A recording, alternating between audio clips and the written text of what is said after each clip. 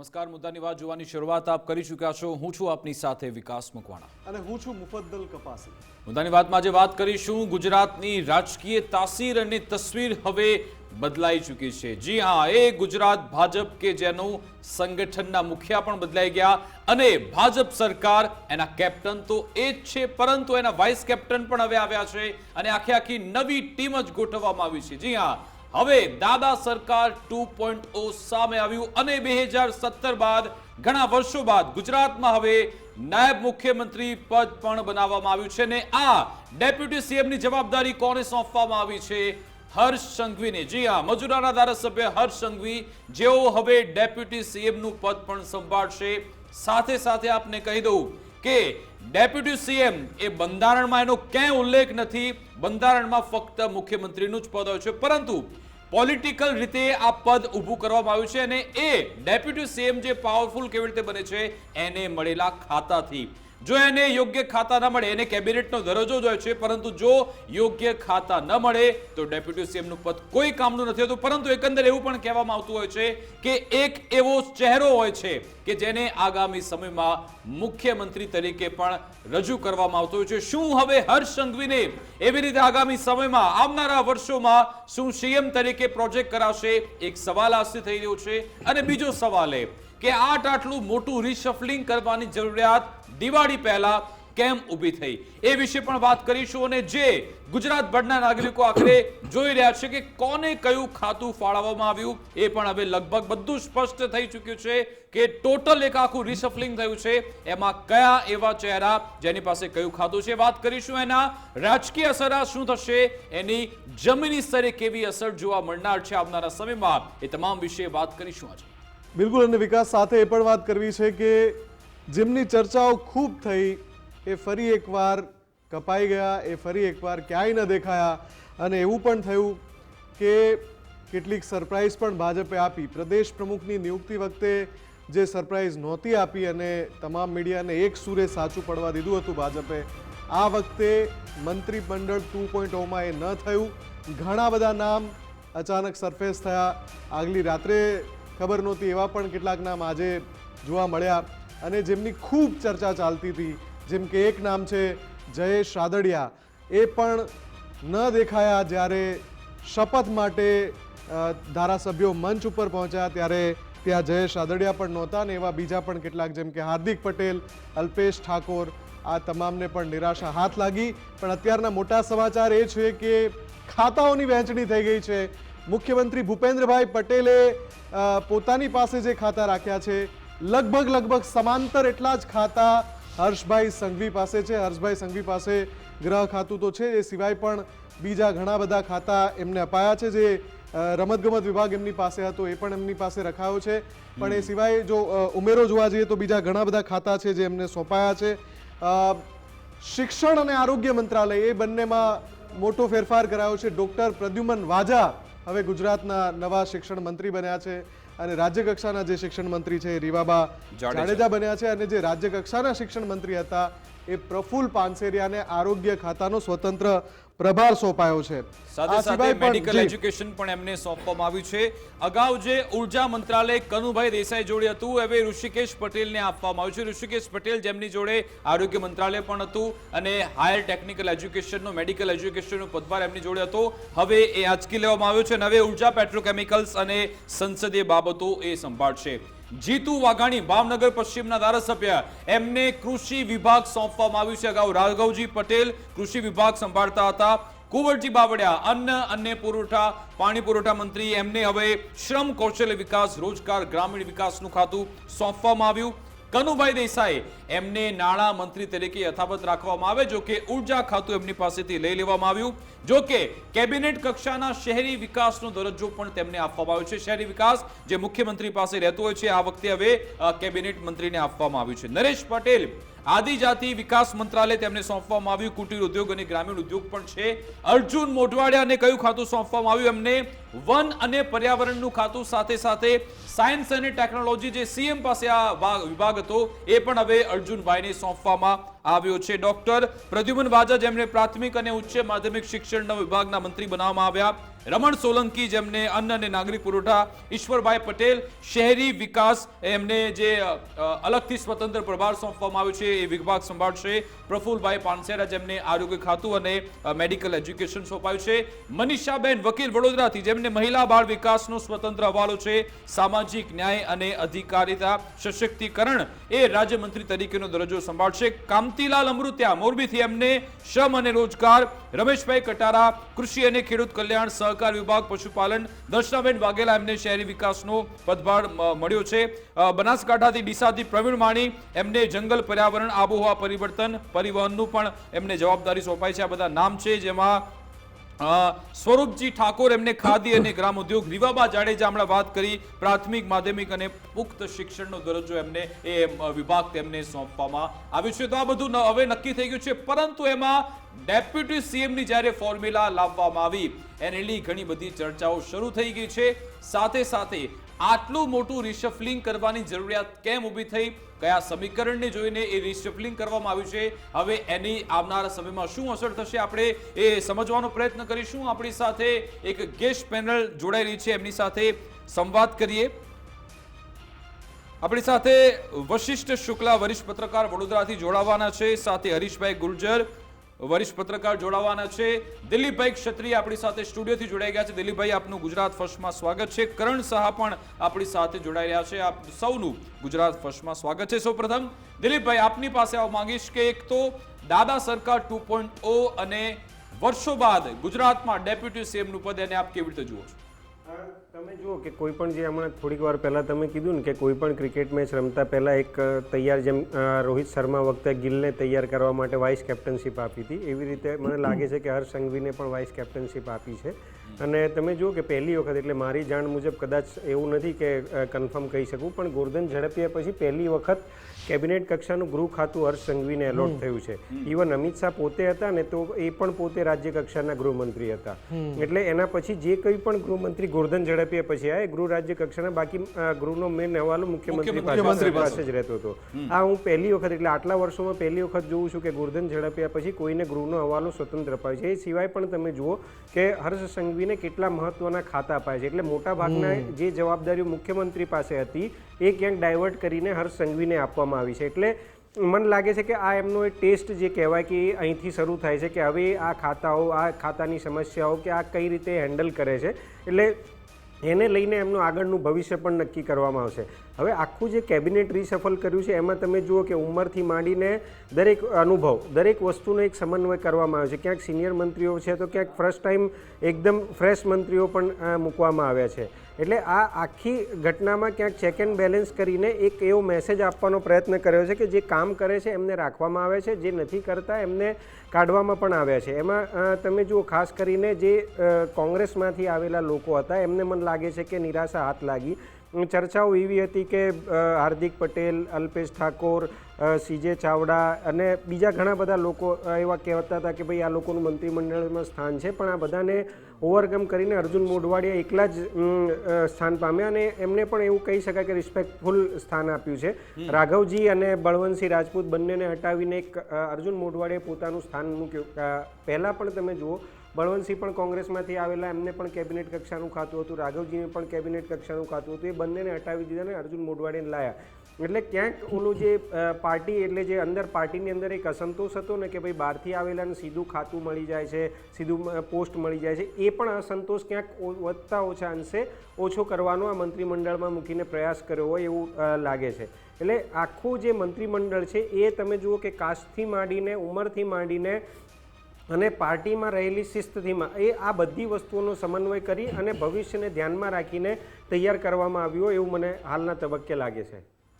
Okay, આપણી સાથે હરીશભાઈ સુરતથી જોડાયેલા છે. હરીશભાઈ, કેબિનેટ જે ખાતાઓ છે એ જોઈએ, અને જો આમ બોક્સ જોવા જઈએ ને આમ ખાતાઓની જે વહેંચણી થઈ છે તો મુખ્યમંત્રી અને હર્ષભાઈના જે ખાતા છે લગભગ સરખા દેખાય છે. મુખ્યમંત્રીના પાસે જે પોર્ટફોલિયો હતા એ થોડા ઓછા કરીને એમનો ભાર ઓછો કરવાનો પણ ક્યાંક પ્રયાસ દેખાઈ રહ્યો છે અહીંયા.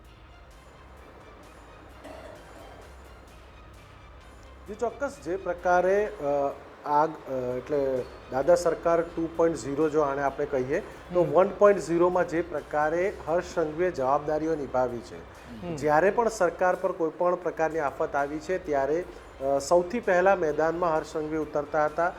મોરબીની ઘટના હોય કે બીજી કોઈ પણ હોનારત હોય કે બીજી કોઈ પણ પ્રકારની ઘટના દુર્ઘટના વખતે સૌથી પહેલાં સ્થળ પર પહોંચનાર વ્યક્તિ તરીકે, મીડિયાની સામે આવનાર વ્યક્તિ તરીકે અને સરકારને ડિફેન્ડ કરનાર વ્યક્તિ તરીકે હર્ષ સંઘવીએ જવાબદારી નિભાવી છે. આમ એમની પાસે ગૃહ ખાતું રાજ્ય કક્ષાનો હવાલો હોવા છતાં રાજ્ય સરકારના પ્રવક્તા તરીકેની જવાબદારી, રાજ્ય સરકારના ને સાચવવાની જવાબદારી એમણે અત્યાર સુધી નિભાવી હતી ને હવે ખરા અર્થમાં એ જવાબદારી તેમના પર સોંપવામાં આવી છે એવું ચોક્કસ કહી શકાય.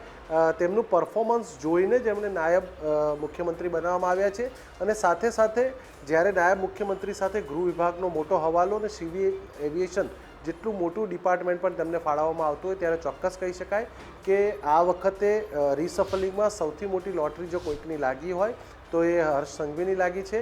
ડબલ પ્રમોશન એમને એક સાથે મળી ગયું હોય અને એવું દેખાય હરીશ એવું લાગી રહ્યું છે આખો આ તામજામ બધું જાણે કે હર્ષ સંઘવી માટે જ હતું. ભલે એવું ઘણા બધા લોકો વિચારતા હતા કે દિવાળી પહેલા બધું કરવાની શું જરૂર હતી. તમારે જો નવા આવા મંત્રી જોડવાના છે તો મેં જાણે કે બચુભાઈ ખાબડ, પરસોત્તમભાઈ સોલંકીની તબિયત ખરાબ હોય કે રાઘવજી પટેલને હટાવવાનો હોય, ભીખુસિંહને હટાવે તો તમે કરી શકો છો ગમે ત્યારે, પરંતુ દિવાળી પહેલા અચાનક આવું કરવામાં આવ્યું. એવું લાગે છે કે આખો કાર્યક્રમ ફક્ત ને ફક્ત હર્ષ સંઘવી સેન્ટ્રિક હતો. ના, એવું કહેવું અત્યારે અતિશયોક્તિ હશે કે હર્ષ સંઘવી માટે જ હતું, કારણ કે છેલ્લા 2-3 મહિનાથી તમે પણ સાંભળ્યું જ હશે, મીડિયામાં સતત આ વાતની ચર્ચાઓ થતી હતી. જ્યારથી વિસાવદરની ચૂંટણી થઈ ત્યારથી આ માહોલ બનવાની ક્યાંક ને ક્યાંક શરૂઆત થઈ ગઈ હતી. એક પ્રકારે યંગ જનરેશનને જોડવાનો નિર્ધાર ભારતીય જનતા પાર્ટીએ રાષ્ટ્રીય લેવલથી પ્રદેશ કક્ષા સુધી લીધો છે. ક્યાંક ને ક્યાંક નવા મતદારો જે નવી જનરેશન છે તેને કઈ રીતે પોતાની તરફ આકર્ષી શકાય, નવા વિચારો સાથેની સરકાર કઈ રીતે બને તે માટે જ સતત યુવાઓને જોડવાના કાર્યક્રમો થઈ રહ્યા છે. આ વખતના મંત્રીમંડળમાં પણ તમે જોશો તો યુવા ચહેરાઓનો સમાવેશ છે. હર્ષ સંઘવી પાસે જે ખાતાઓ હતા ત્યાંથી પણ રમતગમતને લઈને સતત યુવાઓ સાથે સંપર્કો થતા આવ્યા છે અને આ રીતે ક્યાંક ને ક્યાંક આ દિવાળી પહેલાં અને ખાસ કરીને હવેના સમયમાં જે ચૂંટણી આવવાની છે મહાનગરપાલિકાની, ત્યારે આ મંત્રીઓ પાસે એક પૂરતો સમય મળી રહે કે જેથી કરીને હવેની જે આ કેબિનેટ છે અથવા આ મંત્રીમંડળ છે તેને આમ જોવા જઈએ તો જવાબદારી તેમના માથે સૌથી વધારે રહેશે. કારણ કે જૂનાના સ્થાન લઈને જ્યારે હવે ચૂંટણીના પરિપ્રેક્ષમાં આગળ આવવાનું છે ત્યારે તમારે પરફોર્મન્સ બતાવવાનું છે. નવા પ્રદેશ અધ્યક્ષ મેદાનમાં છે, નવું મંત્રીમંડળ મેદાનમાં છે, ત્યારે મંત્રીમંડળ પર અને સંગઠન પર સૌથી વધારે પ્રેશર હશે. અત્યારે આજે ભલે આનંદનો દિવસ છે, આનંદ મજા કરે, પરંતુ હવે જવાબદારીઓ તેમના માથે સૌથી વધારે હશે. એ આજના હર્ષ સંઘવીના જે કેબિનેટ પત્યા પછીનું જે નિવેદન આવે છે, જે મીડિયા બ્રીફ એમણે કરી છે, તેમાં ચોક્કસ દેખાઈ પણ રહ્યું છે. ઓકે દિલીપભાઈ, આમાં જે જોરદાર સ્ટ્રોંગ કમબેક કહી શકાય જીતુભાઈ વાઘાણીનું પણ કહેવું પડશે, કેમ કે કેબિનેટ મંત્રી તરીકે શપથ લીધા અને કૃષિ, સહકાર, પશુપાલન જેવું મજબૂત ખાતું, પણ સાથે એ પણ અત્યારે યાદ અપાઈ દઉં કે કૃષિ વિભાગ એટલે ખેડૂતોની સમસ્યા છેલ્લા કેટલાક સમયથી ઘણી બધી સમસ્યાઓ ચર્ચામાં આવી, એટલે એક મોટી ચેલેન્જ પણ છે જીતુભાઈની સામે. સામે ચેલેન્જ છે, પણ તમે એમને મંત્રીમંડળમાં કેમ લેવામાં આવે એ પણ એક પ્રશ્ન છે. તમે જુઓ કે જીતુ વાઘાણીને વિજય રૂપાણીના ગવર્મેન્ટમાં એ મંત્રી હતા, એના પછી એવું કહેવામાં આવ્યું કે જે કોઈ પણ પરફોર્મ નથી કરતું એ બધાને હટાવીને એક ફ્રેશ એટલે ભૂપેન્દ્ર પટેલની સરકાર આપવામાં આવી, એમાં બધાને હટાવી દેવામાં આવ્યા. અને જીતુ વાઘાણીને તમે જુઓ કે ક્યાંક છેલ્લા ઘણા સમયથી એવું હું કહી શકું કે જ્યારથી ભૂપેન્દ્ર પટેલની સરકાર બની ત્યારથી લઈને અત્યાર સુધી નામ કે એવું કોઈ ખાસ ચર્ચામાં રહ્યા નથી કે ક્યાંક એમના નામની ચર્ચા થઈ હોય કે ઇવન છેલ્લા હું માની લો કે આ મંત્રીમંડળના વિસ્તરણની વાતો થઈ એ પહેલાંથી તમે જુઓ તો એ ક્યાંય એવું ચર્ચામાં નહોતા, પણ એ ચર્ચામાં કેમ આવ્યા એ હું એટલે મારા જે સૂત્રો કહે છે એ પ્રમાણે જયેશ રાદડિયાનું નામ ખૂબ ચર્ચામાં હતું. જયેશ રાદડિયા એ પણ પાટીદાર છે ને જીતુ વાઘાણી પણ પાટીદાર છે. જયેશ રાદડિયાને મંત્રીમંડળમાં લેવાની ચર્ચા ચાલી ત્યારથી જ જીતુ વાઘાણી પણ ચર્ચામાં આવી ગયા. એટલે એવું લાગે છે કે ક્યાંક જયેશ રાદડિયાનું નામ કપાયું તો સામે જીતુ વાઘાણી ઉમેરાયા છે.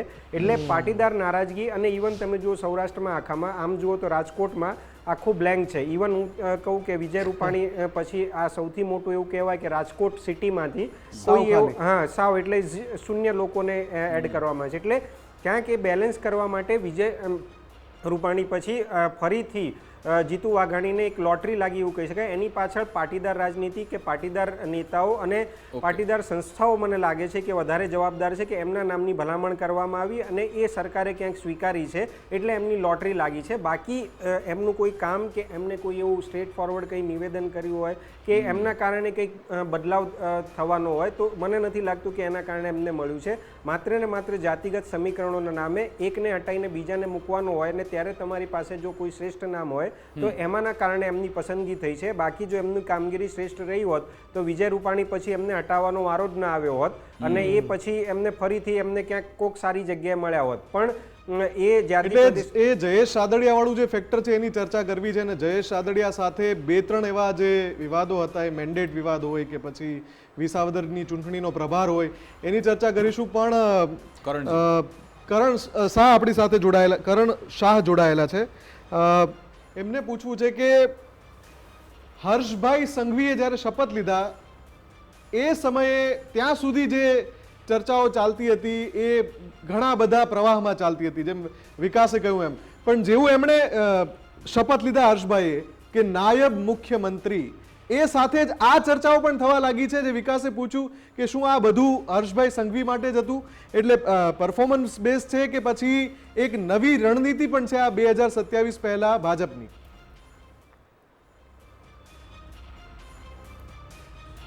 જો આપણે ખાસ વાત કરી દઉં કે આ એક ફક્ત હર્ષભાઈ સંઘવી માટે જ હતું એ કહેવું બહુ અતિશયોક્તિ જેવું હતું, જેમ મારા સાથી મિત્રે પણ કહ્યું. પરંતુ આખી આ પોલિટિકલ તમે જો રીશફલ, કેબિનેટ રીશફલ તમે જો મંત્રીમંડળમાં, અને ફરી એકવાર ભાજપે એક બુદ્ધિપૂર્વક આ એક સરપ્રાઇઝ આપી છે. જે નામ ચર્ચાતા હતા, જે નામ તમને આપણે અત્યાર સુધી મીડિયામાં આપણે ક્યાંક ને ક્યાંક ચર્ચામાં લેવામાં આવતા હતા, એ નામો ઉપર કાતર મૂકવામાં આવી છે. રિપીટ તો 10 મંત્રીઓને નથી જ કર્યા, પણ રાજકોટના ઇતિહાસમાં 50 વર્ષમાં તો પહેલી વખત બન્યું છે. ને આ કદાચ એની પહેલાં 1-2 વાર બન્યું હશે જ્યારે રાજકોટના શહેરમાંથી કોઈ પણ પ્રકારનું મંત્રીમંડળમાં પ્રતિનિધિત્વ નહીં રહે. ક્યાંક ને ક્યાંક સામાજિક લેવલે પણ છે, સંસ્થાકીય જેમ કહ્યું એમ, અને સાથે આંતરિક જે મતભેદો છે, રાજકીય મતભેદો છે, તેઓ સામે આવ્યા છે. અને તેના કારણે મને લાગે છે કે 4 જે રાજકોટ શહેરના ધારાસભ્યો છે તેને એકને પણ મંત્રીમંડળમાં સમાવેશ નથી થયો. આ એ જ રાજકોટ છે જે અત્યાર સુધી ભાનુબેન, એની પહેલાં અરવિંદ રૈયાણી, વિજયભાઈ રૂપાણી, 3 થી 4 મુખ્યમંત્રીઓ અહીંયાથી ચૂંટણી લડીને મુખ્યમંત્રી સુધી બન્યા છે.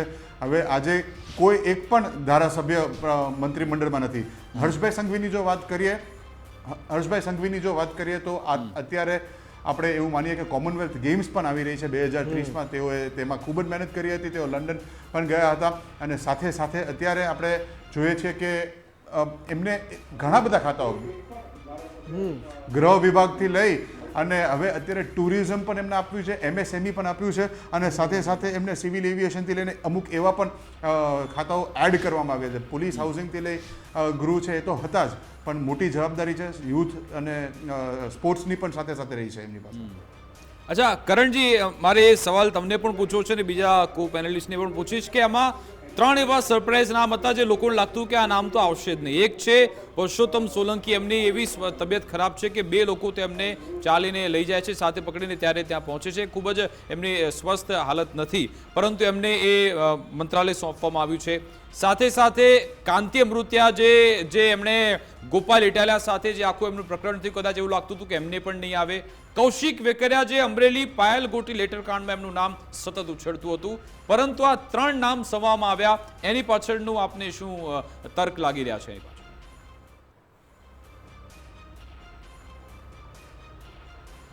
તમે એક રીતે જોશો, તમારી વાત સાચી, પણ સૌરાષ્ટ્રને જે ગયા વખતે ફક્ત 5 મંત્રીમંડળમાં પ્રતિનિધિત્વ હતું ધારાસભ્યોનું, આ વખતે 9 છે.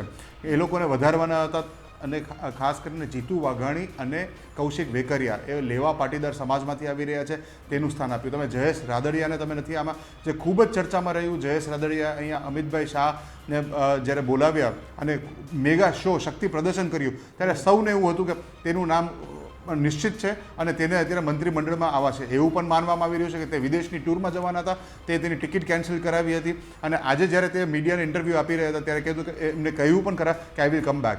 બીજી તરફ આપણે તમે પાયલ ગુતીના પ્રકરણની વાત કરી કે ગોપાલ ઇટાલિયાની વાત કરી, પણ ક્યાંક એવું એક ફેક્ટર સૌરાષ્ટ્રમાં છે કે 9 ધારાસભ્યો સાથે તેઓ સૌથી વધુ ફરી એકવાર જેવું વિજયભાઈ રૂપાણી વખતે હતું તેવું જ ફરી એકવાર 9 ધારાસભ્યોને સમાવેશ કરવામાં આવ્યા છે. જ્ઞાતિઓનું બેલેન્સ કર્યું છે. કેબિનેટ મંત્રીની વાત કરીએ તો 3થી અત્યારે નવા જે છે એમાં 3ને ઉમેરો કર્યો, કોડીનાર, અમરેલી અને ભાવનગરમાં જીતુભાઈ વાઘાણીના. એટલે એ સૌરાષ્ટ્રનું પ્રતિનિધિત્વ વધાર્યું છે. બિલકુલ. હરીશભાઈ, આ સવાલનો જવાબ આપ આપી શકો તો કે અમરેલીમાં જે કૌશિક વેકરિયા સામે આરોપ હતો કે ભાઈ પાટીદાર દીકરીને અપમાનિત કરી, એને વરઘોડું કાઢવામાં આવ્યું અને એને તો કોઈ પટ્ટા પણ મારવામાં આવ્યા, આવા બધા ગંભીર આક્ષેપની વચ્ચે પણ એમને સ્થાન મળી જાય છે. કાંતિભાઈ અમૃતિયાનું વાત હોય કે પછી પરસોત્તમભાઈ સોલંકી, આ બધા નામ આવ્યા, એની પાછળ આપને શું રીઝન લાગી રહ્યા છે? ચોક્કસ રાજકારણની અંદર ઘણી વખત આપણે જે રીતે પત્રકારત્વ કરતા આવ્યા છીએ અને જોતા આવ્યા છીએ એ રીતે જોતા હોઈએ છીએ અને આક્ષેપો અને ઘટનાઓના સંદર્ભની સાથે જ આપણે કેમ સમાવેશ થયો આ પ્રશ્નચિહ્ન આપણે મૂકતા હોઈએ છીએ. પરંતુ જાતિગત સમીકરણો, સંસ્થાની મજબૂરીઓ, દાખલા તરીકે પરસોત્તમ સોલંકીની જે સ્થિતિ છે એ બધાને જ ખબર છે. આજ સુધી તમામ મંત્રીમંડળોમાં જ્યારે પણ એમનો સમાવેશ થયો છે ત્યારે કેટલો સમય એમને મંત્રી ઓફિસમાં કાઢ્યો છે, કેટલો સમય એમનું કાર્યાલય એમના બંગલેથી ચાલ્યું છે અને અત્યારે એટલે એવી કેવી મજબૂરી છે કે એટલે આ પ્રકારની આટલા ગંભીર આક્ષેપ છતાં પણ તમારે એમને સમાવવા પડે છે, સ્વસ્થ તબિયત નથી છતાં પણ સમાવવા પડે છે, એવી કેવી મજબૂરી? જી બિલકુલ. સામાજિક જે પ્રકારે રચના થતી આવી છે, સમાજને સમાવવો, સમાજને સાથે લઈને ચાલવું, કોઈ સમાજ નારાજ ન થાય, કોઈ વિસ્તારને પ્રતિનિધિત્વથી દૂર ન રાખી શકાય એ માટે આ પ્રકારની ઘટનાઓ થતી હોય છે. ને આ વખતે જ્યારે આપણે મહેશ કસવાલાને જો લઈ લો તો શું સમાજ નારાજ થઈ જાય ત્યારે દિલીપભાઈ એ વાત 100% છે કે અથવા તો હીરાભાઈ સોલંકીને લઈ લો તો શું સમાજ નારાજ થતો? એ તો સમાજ વધાવી લેતો. આપ દિલીપભાઈ શું કહેશો? હા, હું જો તમે કુંવરજી બાવળિયાની એન્ટ્રી ભાજપમાં થઈ ને એ માત્ર સમાજના કારણે જ થઈ છે. કુંવરજી બાવળિયાને ફરીથી રિટેન કરાયા ને એ માત્ર સમાજના કારણે જ કરાયા છે. કારણ કે ભાજપને પુરુષોત્તમ સોલંકીનું ઓપ્શન નથી મળી રહ્યું. અને એવું કહી શકો કે જે દબદબો આજે પણ જો તમે એમના આખા પટ્ટામાં જાઓ, આખા ભાવનગરથી માંડીને આખો જે એમનો સમાજ છે ને જે છે, આજે કોઈ એમને નામ લઈને નથી બોલાવતું. હું તમને કહું, એ ભાઈના નામે જાણીતા છે. એ ભલે આટલા ટાઈમથી મંત્રાલયમાં નથી જતા, એ ભલે આટલા ટાઈમથી ત્યાં નથી જતા, એ છેલ્લા ઘણા સમયથી આમ જુઓ તો પોલિટિકલી એક્ટિવ નથી, છતાં પણ એ બમણા માર્જિનથી જીતે છે. તમે જુઓ એમનો માર્જિન રેટ ક્યારે ઓછો નથી થયો, એ ક્યારે ઓલો હારનો સામનો નથી કર્યો. એ એક્ટિવ પોલિટિક્સમાં નથી, પણ એમની આજુબાજુના લોકો, એમના પરિવારના સભ્યો આખું જુએ છે. માત્ર એમનું જે માન સન્માન છે એના કારણે આખા પટ્ટામાં, અને ઇવન હું કહી શકું કે ભાઈ કોળી સમાજમાં આખામાં એ ભાજપ સાથે જોડાયેલો છે. માત્ર એક ચહેરો જે છે પુરુષોત્તમ સોલંકીના કારણે.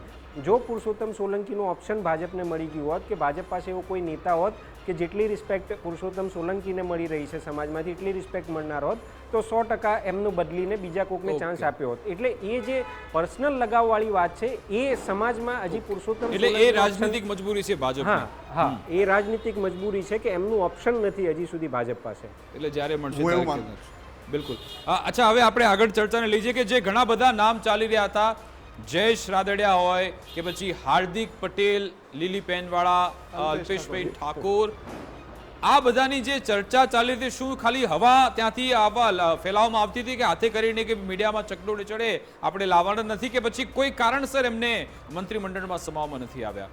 દિલીપજી, જો મને તો લાગે છે કે જ્યારથી અલ્પેશભાઈની વાત છે, તો અલ્પેશભાઈ જ્યારથી આવ્યા ત્યારથી એમની આજુબાજુના સમર્થકો બહુ લાંબા સમયથી ચલાવે છે કે લીલી પેનથી સહી, અને પોતે પણ એક વખત. એટલે પણ તમે જુઓ કે મારો આટલો પત્રકારત્વનો અનુભવ છે ને જ્યાં સુધી હું સમજું છું કે જે પોતે ચલાવે કે જે આજુબાજુના ચલાવે ને ભાજપને ક્યારેય એને પ્રમોટ કરતું નથી, કારણ કે તમારું કામ મને લાગે છે કે બોલે છે ને એ ભાજપની જે હાઈકમાન્ડ છે જાતે જ રેકગ્નાઇઝ કરે છે કે આ કરે છે કામ અને આ નથી કરતો. તમે જુઓ કે હું હમણાં કાલની જ વાત લગભગ છે કે મેં ઘણી બધી સોશિયલ મીડિયામાં એવું જોયું અને ઇવન આજે સવારે કે અલ્પેશ ઠાકોર ઉપમુખ્યમંત્રી છે એવા અભિનંદન આપતા પોસ્ટર પણ વાયરલ થયેલા હતા. એટલે ક્યાંક એટલે એવું કહેવાય કે ભાઈ જાતે જ ઓલું ચલાવવામાં આવે, એટલે એ જે મને લાગે છે કે એ કદાચ ભાજપના હાઈકમાન્ડને. અને બીજો પ્રશ્ન પણ છે, તમે જુઓ કે છેલ્લા ઘણા સમયમાં ઇવન સુરતના પણ પૂર્વ ધારાસભ્ય છે, એમને એક પત્ર લખીને પણ ઓલી નારાજગી વ્યક્ત કરી હતી કે બહારથી આવેલા એટલે કોંગ્રેસમાંથી આવેલા લોકોને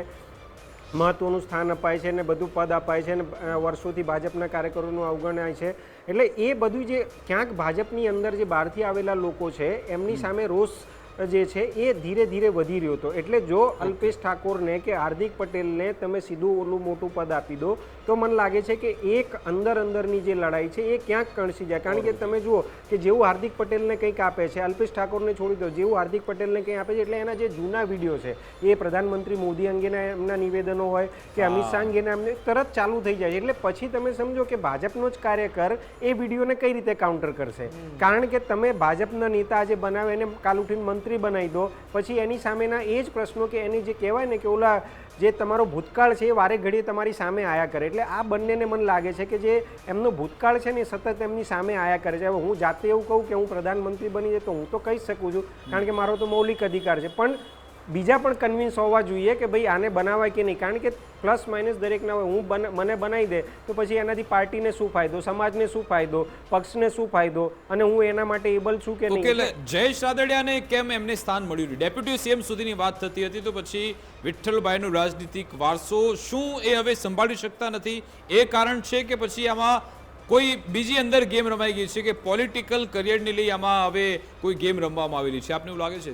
મને લાગે છે કે આમાં અંદર કારણ કે તમે જુઓ એમને છે ને સૌથી પહેલા ઇફકો વાળું જે આખો વિવાદ થયો એમાં એ પોતે પાર્ટીના મેન્ડેટ વિરુદ્ધ જઈને જીતી આવ્યા. દિલીપ સાંઘાણીનો આખા નિવેદનો, અને CR પાટીલ પાર્ટી પ્રેસિડેન્ટ હતા ત્યારે જ દિલીપ સાંઘાણી એમના વિશે 2-4 નિવેદનો કર્યા જે બધા મીડિયામાં અવેલેબલ છે. એટલે મને લાગે છે કે એમને જે નડી ગયું ને એ વખતની આખી ચૂંટણી અને સહકારી ક્ષેત્રની એ ચૂંટણી એમને નડી ગઈ, કારણ કે એ પાર્ટી મેન્ડેટની વિરુદ્ધ જઈને જીતીને અને પછી જે આખો એક ફોર્મેશન થયું ને એ મને લાગે છે કે એ મૂળ જવાબદાર છે. અને એ જ કારણે મને લાગે છે કે જીતુ વાઘાણીની લોટરી પણ લાગી છે, કારણ કે છેલ્લા એ ઘણા સમયથી ચાલતું હતું. અને તમે જુઓ કે પાટીલનું જે લાસ્ટ વિદાય સમારંભમાં જે નિવેદન હતું એમાં પણ એમની ક્યાંક ઓલી ટીઝ મેન્ડેટ વાળી ટીઝ રહી ગઈ હતી. એટલે મને લાગે છે કે એ એમને વધારે નડી ગયું છે.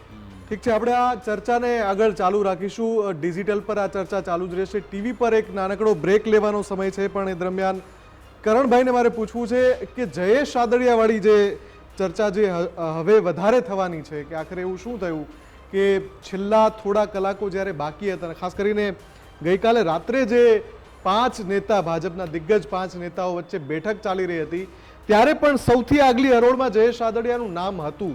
પણ સવારે જ્યારે ફોન કોલ શરૂ થયા તો રાહ જોવાય કે જયેશભાઈનું નામ ક્યારે આવશે. છેક સુધી જયેશ રાદડિયાનું નામ ન આવ્યું. કરણભાઈ, એની પાછળ આજે એક રાતની અંદર જે ગેમ બદલાઈ ગઈ એનું કારણ શું લાગે છે?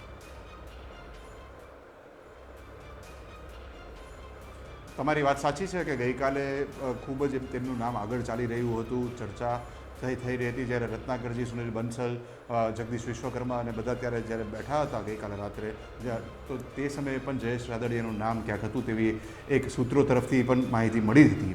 પરંતુ ગઈકાલે એક બનાવ પણ થયો જેની બહુ ઓછી વાત કરવામાં આવે છે, જે રાજકોટમાં જે એક લેવા પાટીદાર સમાજની કે પાટીદાર સમાજની એક સંસ્થા છે ખોડલધામ, તેને પણ અને તેના પાટીદાર ઉદ્યોગપતિઓએ પણ ક્યાંક ને ક્યાંક રમેશભાઈ ટીલાડા જે ધારાસભ્ય છે રાજકોટ દક્ષિણના, તેઓ એક મંત્રી બને તેના માટે પણ એક લોબિંગ શરૂ કર્યું હતું, તેના માટે પણ ભલામણો શરૂ કરી હતી તેવી અમને વાત મળી હતી.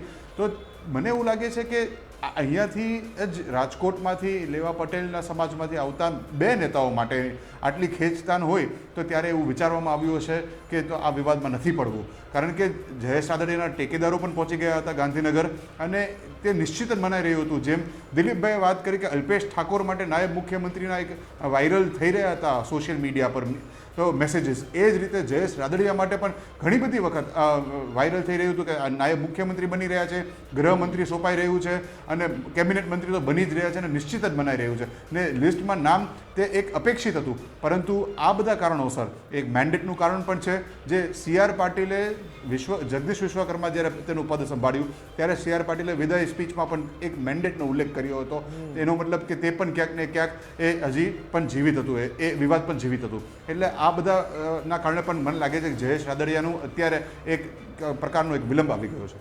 બિલકુલ, અને સાથે સાથે એમના જે સમર્થકો એવું કહી રહ્યા છે કે હવે તો જો અહીંયા જયેશ રાદડિયાને સ્થાન નથી મળ્યું, આગામી સમયમાં અમે કદાચ વિસાવદરવાળી પણ કરીશું, એ બધા પ્રત્યાઘાત પણ જોવા મળનારા છે. પરંતુ હરીશભાઈ, આપની પાસે આવવા માંગીશ કે આટલો વિલંબ કેમ થયો? કારણ કે જો દિલ્હીમાં સોમવારે મુખ્યમંત્રી ત્યાં બેઠક કરે છે, 5-5 કલાક મેરેથોન બેઠક ચાલે છે, એવું કહેવાતું બધું લગભગ કન્ફર્મ થઈ ગયું છે, અને પછી તમે જો કેવા બધા ટ્વિસ્ટ આવ્યા કે ભાઈ કેબિનેટ બેઠક રદ થઈ જાય, ગુરુવારે મળનારી એ પણ રદ કરી દેવામાં આવે, પછી ગઈકાલ રાતે જે રાજ્યપાલ મુખ્યમંત્રી મળવાના હતા એ સમયમાં ફેરફાર થઈ જાય અને મોડી રાત સુધી સર્કિટ હાઉસમાં બેઠકો થતી રહે છે.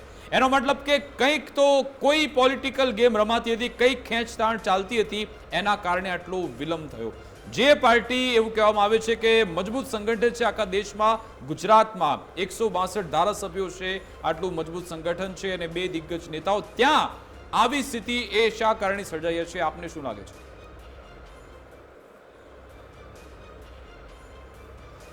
ચોક્કસ, જે આ વખતે પહેલી વખત આપણે જોયું છે, નરેન્દ્રભાઈ જ્યારે ભારતીય જનતા પાર્ટીમાંથી મુખ્યમંત્રી બન્યા ત્યારથી અત્યાર સુધીનું કદાચ આ સૌથી મોટું મંત્રીમંડળ છે અને આવનારા સમયમાં સતત ચૂંટણીઓ આવી રહી છે.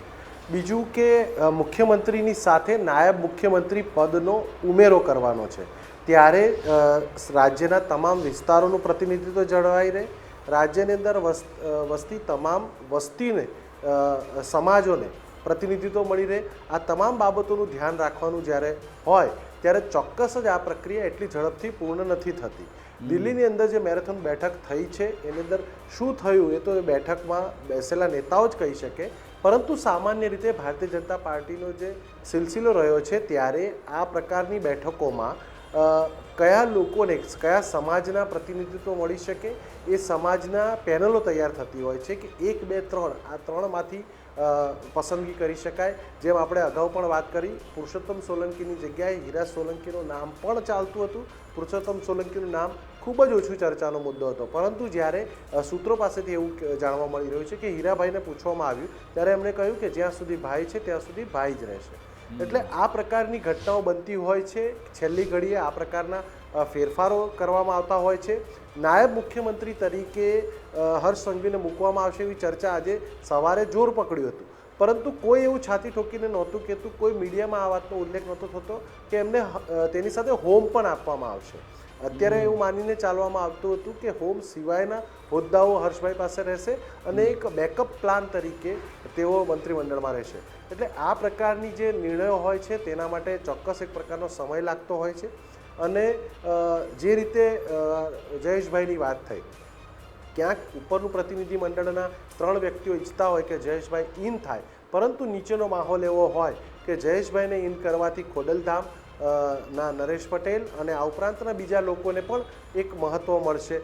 તો આ તમામ બાબતો પાર્ટી માટે કેટલી નુકસાનકારક છે, કેટલી ફાયદાકારક છે, શું જે ચર્ચાઓનો માહોલ કોંગ્રેસ વર્સિસ બીજેપી, ભાજપમાં આવેલા કોંગ્રેસીઓ, આ તમામ મુદ્દાઓને લઈને ચર્ચાઓ થતી હોય છે. અને ત્યારબાદ કાલે જે બેઠક રાજ્યપાલ સાથે થવાની હતી સીએમની એ ન થઈ, એની પાછળનું પણ કારણ આ છે કે એક લિસ્ટ ફાઇનલ થયા પછી ફરીથી દિલ્હી માટે મંજૂરી માટે ગયું હોય, ત્યાંથી લીલી ઝંડી આવ્યા બાદ આજે સવારે એ પ્રક્રિયા શરૂ થઈ અને ત્યારબાદ આખી ઘટના આપણી સામે છે. બિલકુલ. દિલીપભાઈ, આ જે આપણે મંત્રીમંડળ જોઈએ તો એમાં એ પણ જોવા મળે છે કે જે મૂળ કોંગ્રેસી છે એમને થોડા નીચે રાખવામાં આવ્યા. પહેલા હમણાંનું જે મંત્રીમંડળ હતું એમાં 2, 3, 4 પર મૂળ કોંગ્રેસી હતા, રાઘવજી પટેલ, બળવંતસિંહ રાજપૂત અને કુંવરજી બાવળિયા. હવે નંબર 6 અને 8 પર આવી ગયા છે. 6 નંબર પર કુંવરજી બાવળિયા, 8મા નંબર પર અર્જુન મોઢવાડિયા. આ અર્જુન મોઢવાડિયાને મંત્રીમંડળમાં લાવવા એ શું સંકેત આપે છે કે એવું તમે જો કમિટમેન્ટ આપો છો તો પછી એ પૂરું કરવામાં આવે છે, એ પણ મેસેજ જઈ રહ્યો છે ને કેટલાક કોંગ્રેસીઓને વસવસો પણ થતો હશે કે એ વખતે કદાચ અમે ઓફર માની લીધી હોત તો અમે આજે પણ આ મંત્રીમંડળમાં આવી ગયા. ઓફર કરતાં તમે જુઓ કે અર્જુન મોઢવાડીનું સ્ટ્રેચર છે ને, જે એમનું આખું વ્યક્તિત્વ છે કે જે એમની આખી પોલિટિકલ કેરિયર છે એ એક લાર્જર પર્સપેક્ટિવમાં છે. ઇવન કુંવરજી બાવળિયા કરતાં પણ જો તમે જુઓ તો એમનું સ્ટ્રેચર મોટું છે, કારણ કે વિરોધ પક્ષના નેતા રહી ચૂક્યા છે, એ પોતે ગુજરાત કોંગ્રેસના પ્રમુખ રહી ચૂક્યા છે અને લાંબો સમય સુધી એક પોસ્ટ હોલ્ડ કરતા હતા કે જેની એક વેલ્યુ હતી. હવે એમને તમે પાર્ટીમાં લઈ આવો છો અને એમને પછી તમે બેસાડી રાખો છો તો એક ખોટો મેસેજ પણ જાય છે કે ભવિષ્યમાં માની લો કે બીજા કોઈક લોકોને તમે લાવો છો કે બીજા કોઈકને લાવવામાં આમે તમે જો કંઈક એવો આરોપ મૂકવામાં આવે છે કે ભાઈ પાર્ટીમાં લાઈન પછી બેસાડી રાખે, જેમ હાર્દિક પટેલ અને અલ્પેશ ઠાકોર સાથે થઈ રહ્યું છે. એ જ મેસેજ પાછી જો અર્જુન મોઢવાડીને તમે મંત્રાલય ન આપો તો એ મેસેજ ઓલો ક્લિયર થઈ જાય કે ભાઈ પાર્ટીમાં લાઈન પછી એમને કશો ઉપયોગ કરવામાં નથી આવતો. અને બીજી બાજુ તમે જુઓ કે રાઘવજી પટેલ અને બળવંતસિંહ રાજપૂતને તમે કેબિનેટમાંથી હટાવો પણ છો, એટલે ઓલું જે કહેવાય ને બેલેન્સ કરવા માટે અર્જુન મોઢવાડિયાનું મંત્રીમંડળમાં હોવું ખૂબ જરૂરી હતું. અને એના સિવાય પણ અર્જુન મોઢવાડિયા પોતે પણ ઓબીસી સમુદાયમાંથી આવે છે. તમે જુઓ કે આખું અત્યારની જે રાજકારણ છે, જ્યારથી કોંગ્રેસે આખું એક મૂવમેન્ટ ચાલુ કરી છે ઓબીસીની, અમિત ચાવડાને પ્રમુખ બનાવ્યા ત્યારથી ઓબીસી ઉપર વધારે ભાર આપવામાં આવ્યો છે. એટલે જ તમે જો કે ભાજપે પણ ઓબીસી સમુદાયમાંથી પ્રમુખ બનાવવું પડ્યો. એટલે એ બધા સમીકરણોમાં અર્જુન મોઢવાડિયા ક્યાંક મને લાગે છે કે એ સેટ થતા હતા અને એના કારણે જ એમને મંત્રીમંડળમાં સ્થાન મળ્યું છે. સિનિયર પણ છે, ઘણા વર્ષોનો એમને રાજકારણનો અનુભવ છે અને એના કરતાં પણ વધારે કે એક જે કહેવાય ને કે એક મેસેજ છે આ કે ભાઈ જો તમે શાંતિથી બેસી રહો છો તો તમારું ધ્યાન પાર્ટી રાખે છે. અને જે તમે વાત કરી કે કોંગ્રેસીઓને કાપવામાં આવે તો બીજી બાજુ ભાજપે એ પણ ધ્યાન રાખ્યું છે કે કોંગ્રેસમાંથી આવેલા લોકોને વધારે મહત્ત્વ ન અપાય, કારણ કે જો વધારે પડતા હવે માની લો કે રાઘવજીને પડતા ના મૂક્યા હોત, બળવંતસિંહને પડતા ના મૂક્યા હોત તો તમે વિચારો કે કેબિનેટ કક્ષામાં 5 કોંગ્રેસી એ લોકો થઈ જાત. એટલે મને લાગે છે કે એક મેસેજ જે ડાઉન ધ પાર્ટી લાઇન જે છે એ ખૂબ ખરાબ જાત કે ભાઈ તમે કોંગ્રેસમાં રહો, લડો અને સીધા ભાજપમાં આવીને મંત્રીપદ મેળવો, જે ઇવન સોશિયલ મીડિયા પર પણ ઘણી બધી વખત ઉપયોગમાં થાય છે. એટલે એ મેસેજ પણ ન જાય અને એમની જે લોયાલિટીવાળો પ્રશ્ન છે એ પણ ન ઊભો થાય. એટલે એના માટે રહીને અર્જુન મોઢવાડિયાની સિલેક્શન કહેવામાં આવ્યું છે. સામે અલ્પેશ ઠાકોર અને હાર્દિક પટેલને છોડીને એ બધા ઉપર તમે જુઓ તો અર્જુન મોઢવાડિયાની પસંદગી ઠરી છે. એટલે મને લાગે છે કે આ બધા ક્રાઇટેરિયામાં ફિટ થતા હતા એટલે એમને લેવામાં આવ્યું છે અને એક મેસેજ પણ આપવામાં આવ્યો છે કે ભાઈ આ છે જે પરફોર્મ કરશે રહેશે, જે નહીં રહે એ કાઢી મૂકવામાં આવશે. ઓકે હરીશભાઈ, એક સવાલ એ પણ છે કે દક્ષિણ ગુજરાત પર આપણે નજર કરીએ તો જે રિટેન જે મંત્રી થયા એમાંથી 3 મંત્રી દક્ષિણ ગુજરાતથી આવે છે. હર્ષભાઈ છે, પ્રફુલભાઈ છે અને કનુભાઈ છે. 2 મંત્રી કદાચ નવા ઉમેરાયા છે. તો આ જે ગણતરી કરવામાં આવી છે એ રણનીતિને આપ કઈ રીતે જોઈ રહ્યા છો? ચોક્કસ દક્ષિણ ગુજરાત ભારતીય જનતા પાર્ટી માટે હંમેશા પોઝિટિવ રહ્યું છે. તમે ભારતીય જનતા પાર્ટીની સરકાર રાજ્યમાં બની ત્યારથી જુઓ તો સૌરાષ્ટ્રે ક્યારેક દગો આપ્યો હોય, કચ્છે ક્યારેક દગો આપ્યો હોય, મધ્ય ગુજરાતે દગો આપ્યો હોય એવી સ્થિતિ સર્જાઈ છે, પરંતુ દક્ષિણ ગુજરાતે ક્યારેય ભારતીય જનતા પાર્ટીથી પીઠ નથી ફેરવી. હંમેશા જ્યારે પણ પાર્ટી મુશ્કેલીમાં આવી છે ત્યારે દક્ષિણ ગુજરાત ભારતીય જનતા પાર્ટી સાથે રહ્યું છે. આ ઉપરાંત પણ છેલ્લા 10 વર્ષમાં તમે જુઓ જે પ્રકારે દક્ષિણ ગુજરાતનો વિકાસ થયો છે, દક્ષિણ ગુજરાતે જે રાજ્યને આપ્યું છે અથવા ભારતીય જનતા પાર્ટીને આપ્યું છે, અને એના કારણે જ આ વખતે પણ પરફોર્મન્સ બેઝ જોવા જઈએ તો હર્ષ સંઘવી, પ્રફુલભાઈ ને રિટેન એટલા માટે જ થયા છે કે એમનું પરફોર્મન્સ સારું છે. અને આ ઉપરાંત ઈશ્વરભાઈને લેવા પાછળનું મૂળ કારણ ઓબીસી તો હોઈ શકે, પરંતુ સાથે સાથે એ પણ છે કે ઈશ્વરભાઈને લઈને એક જૂના અનુભવી વ્યક્તિને પાર્ટીમાં ફરીથી સ્થાન મળ્યું છે, મંત્રીમંડળમાં ફરીથી સ્થાન મળ્યું છે. જયરામ ગામિત એક સ્વચ્છ છબી ધરાવતા મહેનતુ કાર્યકર્તાથી શરૂઆત કરીને ધારાસભ્ય સુધી પહોંચેલા વ્યક્તિને યુવા ચહેરાને સ્થાન આપીને ગામિત સમાજને, ઓબીસી આદિવાસી સમાજને સ્થાન આપીને એક સારો મેસેજ પણ આપવામાં આવ્યો છે. આમ દક્ષિણ ગુજરાતમાંથી જે પસંદગી થઈ છે, ખાસ કરીને કનુભાઈએ નાણાં મંત્રાલયને જે રીતે સાચવ્યું છે, અત્યારના તમે મંત્રીમંડળમાં જુઓ, જો કનુભાઈને નાણાં મંત્રાલય ન આપીને તો એવો કોઈ ચહેરો દેખાતો નથી કે જે નાણાં મંત્રાલય જેવો ગંભીર વિભાગ સંભાળી શકે. આમ ક્યાંક ને ક્યાંક કનુભાઈને રાખવા એ સરકારની પણ મજબૂરી છે અને કનુભાઈનો અનુભવ પણ એ પ્રકારનો રહ્યો છે, માટે દક્ષિણ ગુજરાતને આ મંત્રીમંડળમાં સારું પ્રતિનિધિત્વ મળ્યું છે. બિલકુલ. દિલીપજી, આપણે જો આખું આ મંત્રીમંડળ એના પર નજર કરીએ, એક બર્ડ આઈ વ્યૂ જો મેળવીએ તો ક્યાંક નીટ એન્ડ ક્લીન તમામ નિર્વિવાદ ચહેરા જોવા મળી રહ્યા છે ને એવું લાગે કે પોતપોતાના ક્ષેત્રમાં એમની ખૂબ સારી એવી પકડ પણ છે. પણ જે હવે રાજકીય પડકારો ઊભા થઈ રહ્યા છે આમ આદમી પાર્ટીના હોય કે પછી રાહુલ ગાંધીની પણ સતત ગુજરાત પર નજર છે. શું આવા નવા મંત્રીમંડળના ફેસ સાથે તમામ પડકારોને ઝીલી શકાય એમ છે ખરા, કે પછી એ સ્થિતિ ભલે ચહેરા બદલાઈ ગયા પરંતુ એ હજી જમીની સ્તર પર એ રોષ હજુ પણ રહી શકે છે?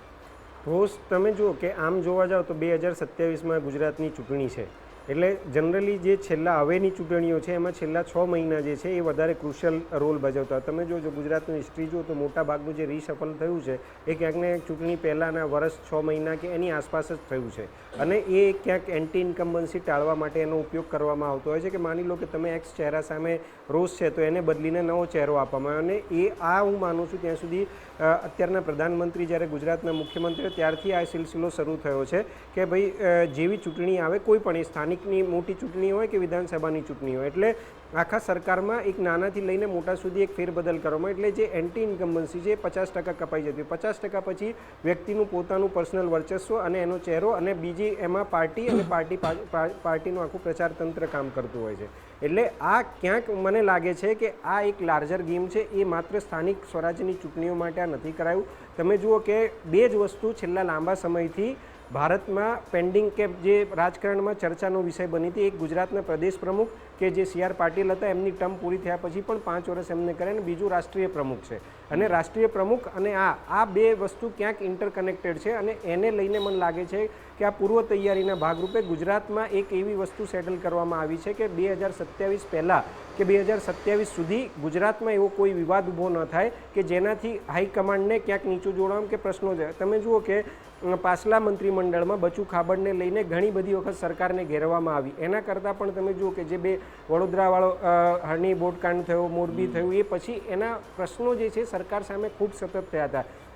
એટલે નીચલા લેવલે રોષ જે છે ખૂબ વધારે હતો. અને એના કરતાં પણ તમે જુઓ કે ભાજપના ધારાસભ્યો સરકાર સામે પ્રશ્નો કરતાં કેટલા બધા પત્રો જાહેરમાં પણ લખ્યા હતા. એટલે એ જે રોષ છે એ રોષ પ્લસ એક નેશનલ જે ઓલું કહી શકાય પર્સપેક્ટિવ, એ બંનેને ભેગું કરીને આ મંત્રીમંડળ બાકી અત્યારે તમે સમજો કે ન એવું કોઈ મોટું કારણ છે કે જેના માટે તમારે રિસફલ કરવું પડે અને ન તો કોઈ એવી જરૂરિયાત હતી કે એના માટે તમારે આખું 12 લોકોનું મંત્રી, કારણ કે હજી 2 વર્ષ છે એટલે બની શકે કે પ્રજાનો રોષ આ મંત્રીમંડળ સામે પણ આવનાર ચૂંટણી સુધી ઊભો થઈ શકે.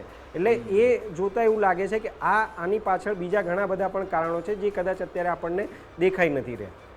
બિલકુલ. હરેશભાઈ, આપનું આકલન શું છે કે કારણ કે જે આમ નવું મંત્રીમંડળ આવ્યું એમાં ઘણા બધા લોકો લાઇનમાં હતા અને ઘણાને ઈચ્છા પણ હતી કે ભાઈ આ 1-2 વર્ષ આપણે પણ મંત્રી પદ સંભાળી લે, પણ એમને એ લોટરી કે ચાન્સ એમને લાગ્યો નથી. શું આંતરિક રોષ ક્યાંય આમાં જોવા મળી છે કે જેકર આમ તો ભાજપ એને કાઉન્ટર સારી રીતે કરી લે છે, પરંતુ છેલ્લા 2-2.5 વર્ષનો આપણે જો સમયગાળો જોઈએ તો ભાજપમાં એ શિસ્તની ધજા ઉડતી આપણને જોવા મળી, એ નિયમો બધા એના ધજાગરા ઉડતા જોવા મળ્યા હતા.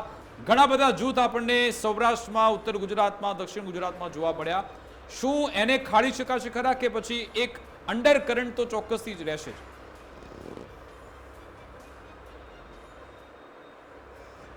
અંડર કરંટને ક્યારેય કોઈ ઓળખી શક્યું નથી, એટલા માટે તેને અંડર કરંટ કહેવામાં આવતો હોય છે. પણ જે પ્રકારે CR પાટીલ પ્રદેશ અધ્યક્ષ બન્યા અને પાર્ટી પર એક પ્રકારની કમાન્ડ એમની હતી, તેના કારણે જ આપણે જોયું છે કે સ્થાનિક સ્વરાજ્યની ચૂંટણી હોય કે વિધાનસભાની ચૂંટણી હોય, ભારતીય જનતા પાર્ટી જે રણનીતિથી આગળ વધી સૌથી વધુ બેઠકો પ્રદેશ અધ્યક્ષ તરીકે CR પાટીલ હતા ત્યારે તેમને મળી અને એ બેઠકો મેળવ્યા પછી પણ કોંગ્રેસને ઝાટકા આપવામાં, કોંગ્રેસમાંથી સતત ધારાસભ્યોને ખેરવીને ભાજપમાં લાવવામાં પણ તેઓ સફળ રહ્યા હતા. હવે આ જ સિલસિલો યથાવત રાખીને આ જ પ્રકારનો કંટ્રોલ જાળવવો એ પડકાર જગદીશભાઈ માટે પણ છે. સામે જ્યારે એક આંતરિક રોષ હતો એ કહીને અથવા ક્યાંક ને ક્યાંક મૃદુ સ્વભાવના ભૂપેન્દ્રભાઈને એક સપોર્ટ તરીકે હર્ષભાઈનો ટેકો મળ્યો છે, ત્યારે હવે આ ટીમ પર વધારે પ્રેશર હશે એવું મારું માનવું છે. કારણ કે કેટલાક જે નામોની અત્યારે આપણે ચર્ચા કરી રહ્યા છે કે જીતુભાઈ હોય, અમૃતભાઈ હોય કે વેકરિયા હોય, આ તમામ જે ચહેરાઓ છે આ ચહેરાઓ શા માટે તમે લીધા અથવા તેઓ શું પરફોર્મન્સ આપી શકશે કે કેમ, હવે આ સવાલો ઊભા થવાના શરૂ થશે. જે પ્રકારનો માહોલ આપણે એમનો જોયો છે, રાજકીય કારકિર્દી આપણે જોઈ છે, એ જોતાં હવે આવનારા સમયમાં આ વિસ્તારોમાં મંત્રાલયોની જવાબદારીઓ એમણે નિભાવવાની છે. 3 મહિલાઓનો સમાવેશ થયો છે. આ મહિલાઓને જે જવાબદારી સોંપવામાં આવનાર છે, પૂર્ણ કદનું તમારી પાસે હવે મંત્રીમંડળ છે, કોઈ જાતના પ્રશ્નો હવે તમારી પાસે રહ્યા નથી. ત્યારે હવે પરફોર્મન્સ એ એકમાત્ર જવાબદારી આ મંત્રીમંડળની રહેશે. પરફોર્મન્સ આપવું, લોકોને સંતોષ આપવો, લોકોની વચ્ચે જવું, એ જે વાત અત્યારે હર્ષ સંઘવીએ કહી છે એ જો કરી શકશે તો જ પ્રજાનો રોષ દબાવી શકાશે અને આંતરિક જે જૂથબંધી છે એને તો ટાળી શકાવાની નથી. વડોદરાની અંદર આપણે માહોલ જોયો છે, રાજકોટમાં માહોલ જોયો છે. આ તમામ પર હવે સંગઠન જે નિમાવાનું બાકી છે જગદીશભાઈના નેતૃત્વમાં, એ સંગઠન કયા પ્રકારનું બને છે એ પણ એક મહત્વનો રોલ રહેશે અને ત્યાર પછી સંગઠન અને સરકાર શું કરે છે એ મહત્વનું રહેશે. જી બિલકુલ, આભાર હરીશભાઈ અને આભાર દિલીપજી, અમારી સાથે જોડાયા, વાતચીત કરી, વિશ્લેષણ કર્યું તે બદલ આપનો ખૂબ ખૂબ આભાર. પરંતુ હવે ગુજરાતની જે ભાજપની રાજનીતિમાં છે એમાં એવું પહેલી વાર જોવા મળ્યું છે કે અમદાવાદમાંથી જ અત્યારે મુખ્યમંત્રી છે, અમદાવાદમાંથી જ પ્રદેશ પ્રમુખ છે, એ ફોર્મ્યુલા સાથે અને સાથે સાથે હવે ડેપ્યુટી સીએમ સુરતથી આવી ગયા છે. અલગ અલગ પાવર પિલર્સ તૈયાર થઈ ચૂક્યા છે.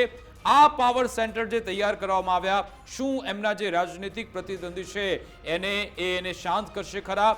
શું જે રણનીતિ તૈયાર કરવામાં આવી છે એને કોઈ અસર જોવા મળશે ખરા? એ તો આવનારા સમયમાં જોવા મળશે. પરંતુ હવે જે આ નવા મંત્રીઓ આવ્યા છે, નવા પદભાર સંભાળી રહ્યા છે, એમની પાસે આશા અપેક્ષા એ છે કે અગાઉ જે સવાલ ઊભા થયા હતા એ સવાલના જવાબ પ્રજાને અમને મળતા રહે, લોકોની સમસ્યા દૂર થાય, લોકોના કામ થતા રહે, એ જ આશા અપેક્ષા છે. અમારી વિશેષ રજૂઆત અંતર્ગત બસ આટલું જ. આપ જોતા રહો ગુજરાત ફર્સ્ટ ન્યૂઝ.